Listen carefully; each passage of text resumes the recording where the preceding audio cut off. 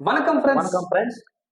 இன்னைக்கு இப்ப நம்ம ஜனநாயகன் விஜயோட கடைசி படமான ஜனநாயகன் ட்ரெய்லர் ரிலீஸ் ஆயிருக்கு. பாத்துருவோமா? பாத்துடலாம்.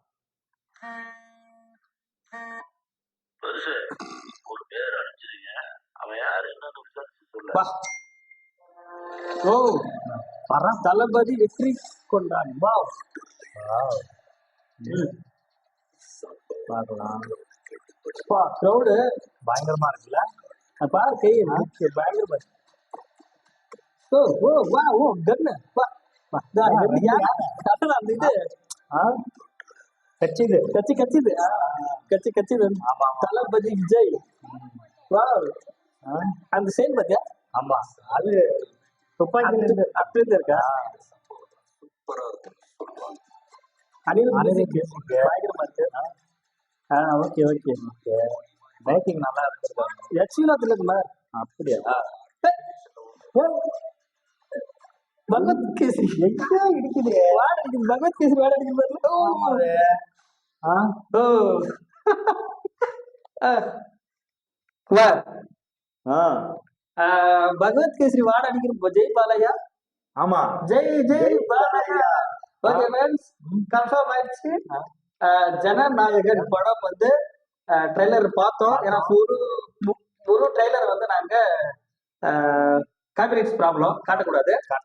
ஆனா ட்ரெய்லர் பார்த்தோம். வினோத்தோட மேக்கிங் சூப்பரா இருக்கு. ஏன்னா வினோத் தான் சதுரங்க வேட்டை, தீரன் அதிகாரம் ஒன்று, அதே போல பாத்தீங்கன்னா நம்ம தலையை வச்சு துணிவு, இந்த படத்துல மேக்கிங் எப்படி இருந்துச்சோ அதே மாதிரி மேக்கிங் சூப்பரா இருக்கு. ஆனா என்னன்னா எங்க தலைவர் ஜெய் பாலையா படத்தை ரீமேக் பண்ணிருக்காரு. கன்ஃபார்ம் ஆயிடுச்சு. ரொம்ப பேர் சொன்னாங்க வினோத் கிண்டுவாரு அப்படின்னு. பட் நல்லா கிண்டிருக்காரு. படத்தை தேட்டர்ல பார்த்தாதான் ஒர்க் அவுட் ஆகும். ஒர்க் அவுட் ஆகல.